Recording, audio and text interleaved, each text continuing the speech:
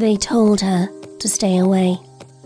They said the dragon was likely dangerous, a monster who probably enjoyed fillies like her the same way she enjoyed cookies. They told her everything would be fine, that the dragon would probably leave on its own account without setting the entire city aflame if left alone. Probably.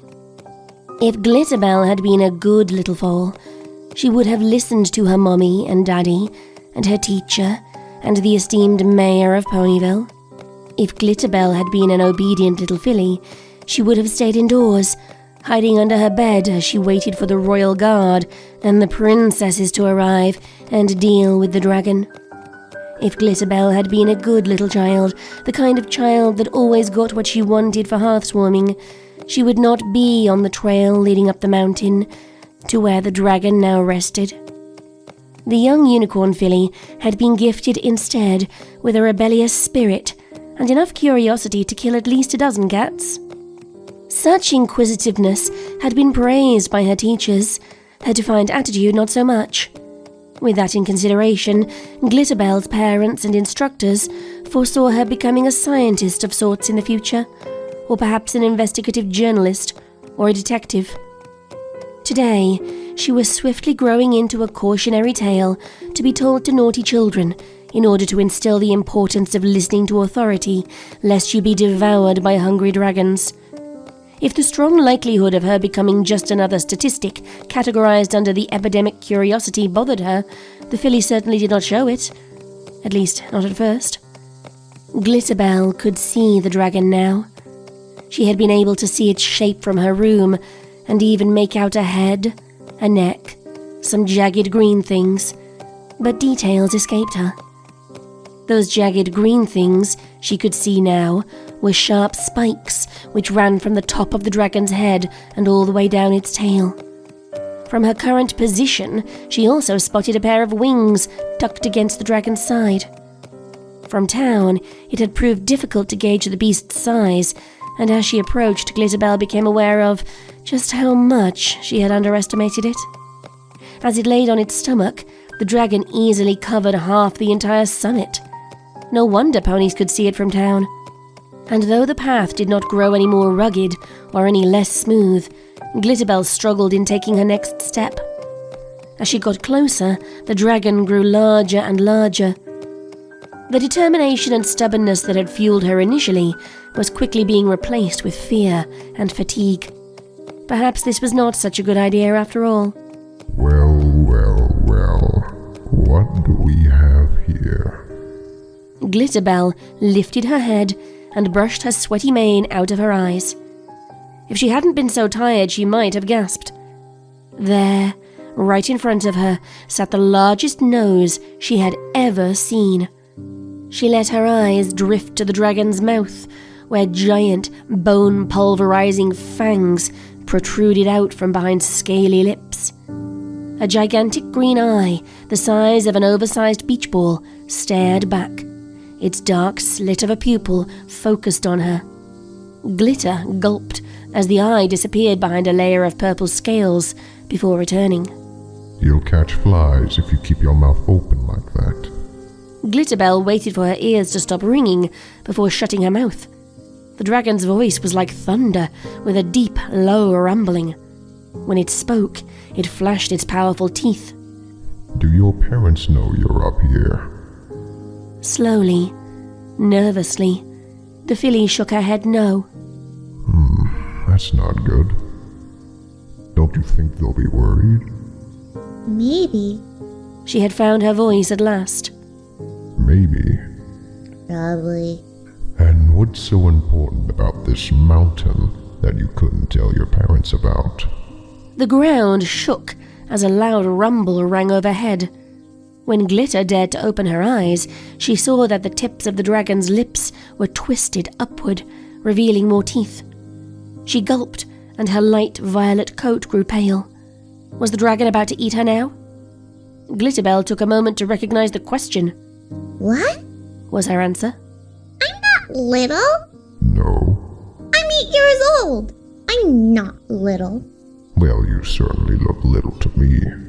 That's not fair. Everything Nothing's tiny compared to you. The loud rumbling returned. Glitterbell scowled while she waited for the noise to roll over. That is true. A short gust of steam threatened to knock her over. You are quite observant for a... how old did you say you were again? 8. I'm 8. Is that right? Yeah, but I'm gonna be 9 in 2 months. Truly, in 2 months? Well, then I must wish you a happy early birthday. I imagine there will be cake. Chocolate, perhaps? No way! Not my cake. You don't like chocolate? The dragon's mountain of a brow arose. How odd. I like chocolate. It's not on my cake. I hate chocolate frosting. Glitter stuck her tongue out as she made a face of disgust. It's too sweet. Too sweet? What are you, mad child? How can you say frosting is too sweet? Glitterbell shrugged. It just is. I'd rather have vanilla. But vanilla is tasteless. The dragon protested. It shook its large head slowly. How would you know? I've tried at least 200 flavors of ice cream in my lifetime, and I can honestly say that vanilla was the weakest. 200 flavors? Glitter's jaw dropped in awe. I've only had 1, 2, 5. And what flavors were those? Maybe those ones will be new to me. Well, I've had chocolate, vanilla, strawberry, a mint chocolate chip, peanut butter, Rocky Road, cookies and cream, pecan, and, that's it. Were any of those new? No, but it has been a while since I've heard of cookies and cream. One of my favorites, actually, but it's a little hard for me to find nowadays. I haven't touched ice cream for almost 400 years. 400 years? Glitterbell gasped. Wow, that sounds rough. Yes. I've had a few hard centuries. The dragon blinked before continuing. Have you ever had an ice cream cake before? Once or twice. Ice cream cake is really expensive, so I can't eat it very often. I see. It is rather difficult to make, I suppose. So, will your plain old vanilla, non-ice cream birthday cake be store-bought or homemade? It won't be plain. There's gonna be strawberries and bananas, and maybe kiwi slices, and whipped cream. The filly argued. I hope. She added, a little quieter. Huh? You're going to have to speak up.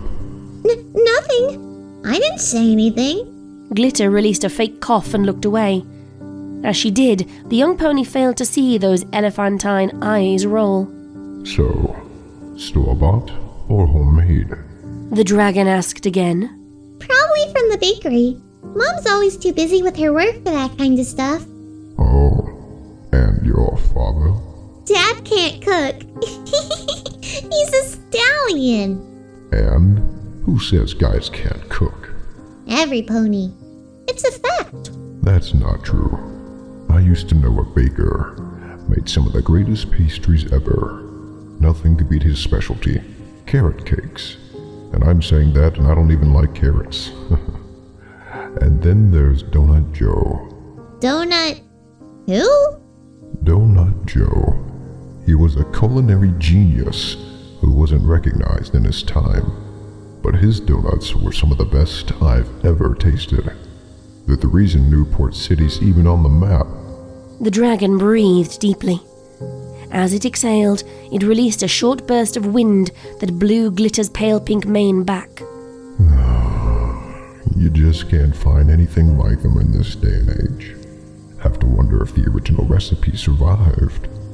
You know, I used to be a bit of a chef myself. And I'm a boy, too. Really? You? Oh yeah, sure. Muffins, cookies, nothing too big, mind you, but still delicious. I could make a mean jewel cake if the darn gems bothered staying in one place long enough to be used. I wonder if I'm still able. The dragon lifted a claw the size of a bull and stared at it. No, I don't think so.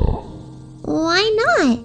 I'm too big. Was it just her imagination, or did the dragon sound sad? I don't think I'd be able to handle a mixing spoon or use an oven unless you make them jumbo dragon-sized. Oh, that's too bad. The dragon tilted his head slightly to the side.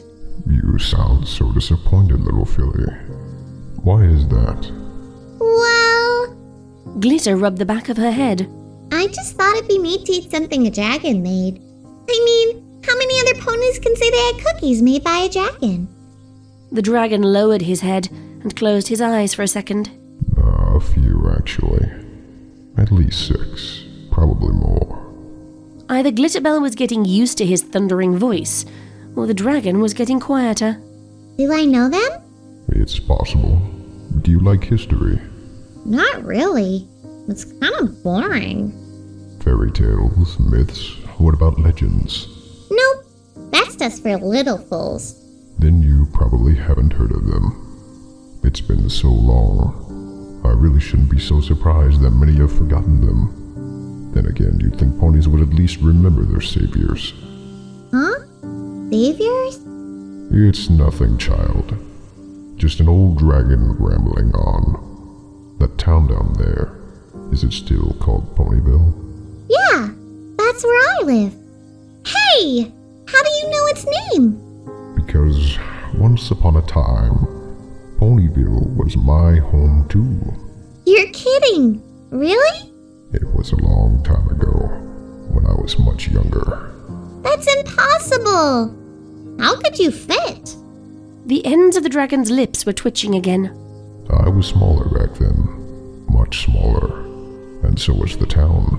When was that? I was here before the train station was finished.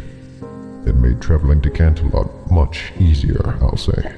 You've been to Canterlot too? Yes, used to live there too, for a time. Still have a few good friends up in that city. Hadn't been back there in a while, though. Have you gone to Canterlot before? A few times. But my mom has business up there. I don't really like it too much. It's kind of boring. Yes, I suppose compared to Ponyville, Canterlot's rather dull. I've been to many places and I've had many homes, but Ponyville will always be dear to me. So welcoming, so very friendly. But I'm sure you know all about that. You must have tons of friends. Not really. Oh, why not? Most of my classmates are jerks that only care about looking nice or stuff like that. It's boring. And the rest? Well, there's this one girl with glasses that sits in the corner all alone and reads. But I don't really talk to her. And why don't you? Dunno. Too much hassle, I guess. Besides, what am I supposed to say? Anything. You can talk about anything. See what she likes, what she dislikes, why she wears glasses, why she's alone. Who knows, you might find a kindred spirit. Do you like to read? Sort of. It kind of depends on the genre. Well, maybe the two of you like the same sort of books. And if not, maybe you can introduce her to a new genre. And try talking to those jerks too. Maybe you'll see they're not as bad as you thought. Maybe you'll find friends with ponies you never thought you could. How do you know? The filly challenged. Because I've seen it happen. I've seen a fashion-impassioned, dressmaking diva become close friends with a hard-working country gal who grew apples for a living. I've seen a friendship between the biggest bookworm ever spotted in Equestria with the fastest, most athletic, and daring daredevil ever known to Ponyville. The shyest, gentlest, kindest pony I've ever known, good friends with the craziest, loudest, most outgoing, and fun-loving pony I've ever seen. You never know when you'll find a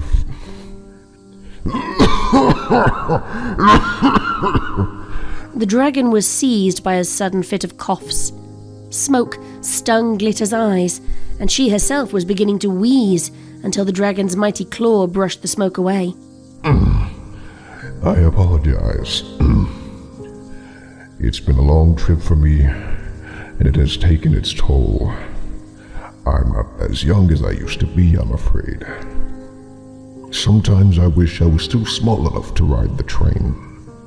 Might not have been as fast as flying, perhaps, but definitely less exhausting. Did you like trains when you were younger? I did. I didn't always have wings, so usually I didn't have much of a choice. Though by the time I could fly, I was much too big for trains anyway. I miss them. The rides, I mean. Watching the trees and land stroll by as you sit by the window, talking to a friend. That's not something you can do while flying. Train rides used to excite me when I was younger. Oh, I used to hop up and down at the edge of the platform in anticipation. I was such an impatient lad. I remember what she told me on my first train ride. "Calm down," she'd say, shaking her head at me and grabbing me by my tail and pulling me back so I wouldn't fall off the platform. I'd tell her I couldn't calm down, that I was far too excited, and that she'd roll those magnificent purple eyes of hers and laugh. It was a wonderful sound, that laugh of hers. Who was she? Your mom? In a way, I suppose. I don't know if I ever saw it that way. Maybe I should have. She'd try to act motherly on occasions, dropping a small piece of advice or something like that. Patience is a virtue, she told me that day as we waited for the train. My mom's always telling me that. It's annoying. You don't believe it's true?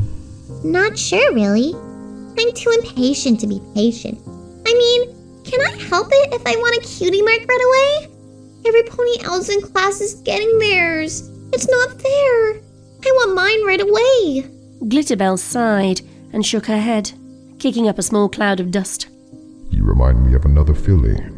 She was a little older than you, but she also didn't have a cutie mark.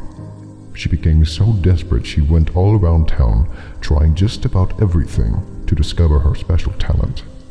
She even tried using a potion and ended up getting a strange disease called cutie pox. Did it work? The potion? No, of course not. No! I meant the running around town, trying all those different things. Did she ever get her cutie mark? Eventually. But it was only after she slowed down a bit and decided to take her time. Oh. So she just wasted her time then. Not entirely. She might not have discovered her cutie mark that way, but she found something just as important, if not more. More important than a cutie mark? What's that? Friends. The dragon dragged a claw through the dirt. Kindred spirits, true companions. She met two other fillies her age also lacking cutie marks, and they made it their mission, their crusade, to discover who they were and what their destinies were, together. That trio got into so much trouble, and it took a while for them to finally get their cutie marks. But they had fun and made plenty of memories together, and that's what really mattered. The dragon lifted his claw, revealing a crude, minimalistic sketch of a dancing filly wearing a cape. Wait! So are you telling me I should wait for my cutie mark to come? Or go out and try to discover it? Neither. I was just rambling, as usual. Maybe a little of both. Take whatever lesson you want. I'll leave that up to you. The dragon raised his head slowly and squinted at the sky. It's getting late, little filly. The sun will set soon. You'd best head back now, if you want to get home before dark. It's not that late. Glitterbell protested. It will be soon. Your parents must be very worried. I'd take you back to town myself, but, well... The dragon gestured to his body and sighed. I don't want to cause any trouble. Can I ask one more question before I go? One more question? Yeah. It's kind of the whole reason why I came up here. You came all the way up here to meet a dragon just to ask him a question? The bewildered dragon said, scratching his neck. You are a curious little filly. He looked back to the sky and tapped his chin. All right. We have time for one more question. He conceded, much to Glitter's evident joy. Why are you here? The dragon blinked. Pardon? I wanted to know what you were doing here. I've never seen a dragon before. I don't think any pony in town has. Every pony's talking about how you're here to eat us, or steal all our jewels, or something like that. Is that right? The dragon looked down toward the city below. But then you just sat on the mountain, not doing anything. I thought maybe you were here for some other reason, like you were looking for something important some ponies stole and hid in our town. I thought if I figured out why you were here, I could try to get you to leave. And now? Huh? Do you still want me to leave? No way! I thought you were gonna be mean, like all the other dragons I've read about. But you're not. You're like the nicest guy I've met. Are all dragons as nice as you? Not all of them. A few. It just takes some time to get them to warm up to you. Most dragons forget that there's more out in the world than a cave filled with gems. I still want to know why you're here, though. This time, Glitter recognized the dragon's toothy smile when it appeared. That thirst for knowledge, it reminds me so much of her. You even share similar colors, although you're missing the horn and wings. The dragon became silent. Why am I here? He repeated softly. I'm waiting for my friends. Your friends? Are they from Ponyville? They were, but eventually they left. They all took a trip to some distant place and forgot to bring me along, as usual. Why did they forget you? I thought you said they were your friends. That doesn't sound very friendly to me. Because it wasn't my time yet. As much as I wanted to, I couldn't go with them because I wasn't ready. But now, tonight, I'm going to see them again, and they'll take me with them to that faraway place. Didn't you miss your friends? Why didn't you search for them? Because I made a promise. I promised I wouldn't chase after them when they left. I promised I would wait quietly for them to return for me. The dragon's smile grew weak, as if it had lost all the mirth that had previously sustained it. It's been many, many long years since I last seen them. How long exactly? At least 1,000 years, perhaps. To be honest, I've lost count. 1,000 years? Glitterbell's mouth fell open. I don't think I can even count that high. How did you last so long? Patience is a virtue, The dragon said slyly. and I've had many years of practice. But why? Hey now, I said I would answer one question. I must have already answered 5. What a greedy little filly you are.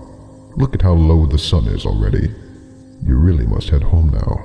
No more questions. Can I stay? I want to meet your friends.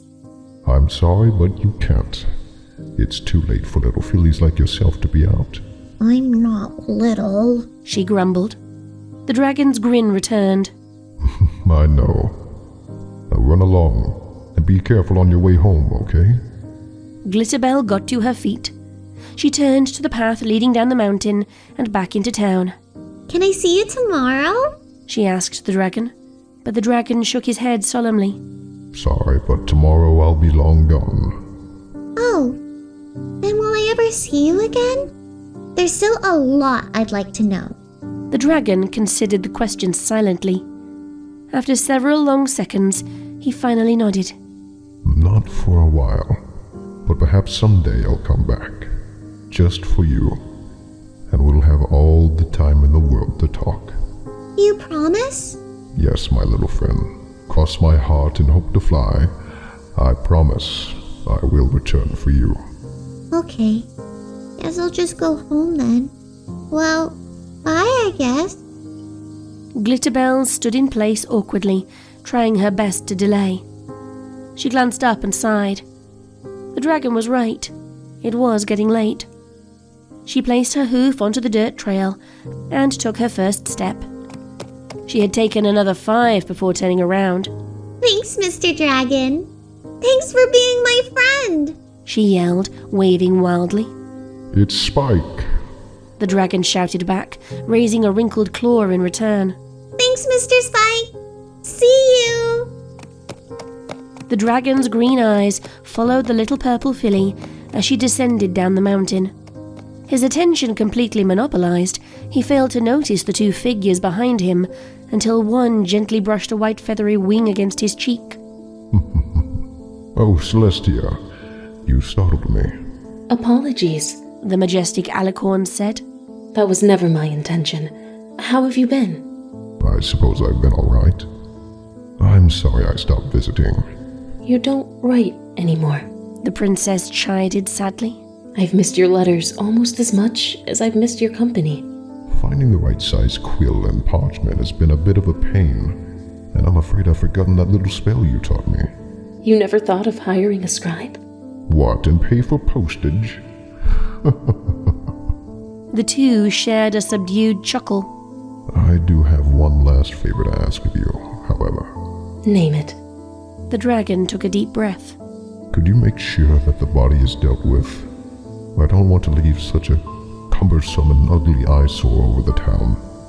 Of course we will. We'll be sure to take good care of it. Right, sister? The darker alicorn now approached. The dragon's features brightened at the sight of the younger princess. Oh, Luna, it's good to see you again. He broke into a large smile. She did not give him one in return. You're leaving us. She said curtly, her lips thinned into a line. Spike's own smile faltered. Yes, I suppose I am. Can you not stay a little longer? Luna whispered, her voice cracking. Please, just a little longer. I'm sorry, Luna. Truly I am. I just don't have any life in me anymore. I see. How long then? Until the day ends. He turned to the setting sun. I feel it in my bones.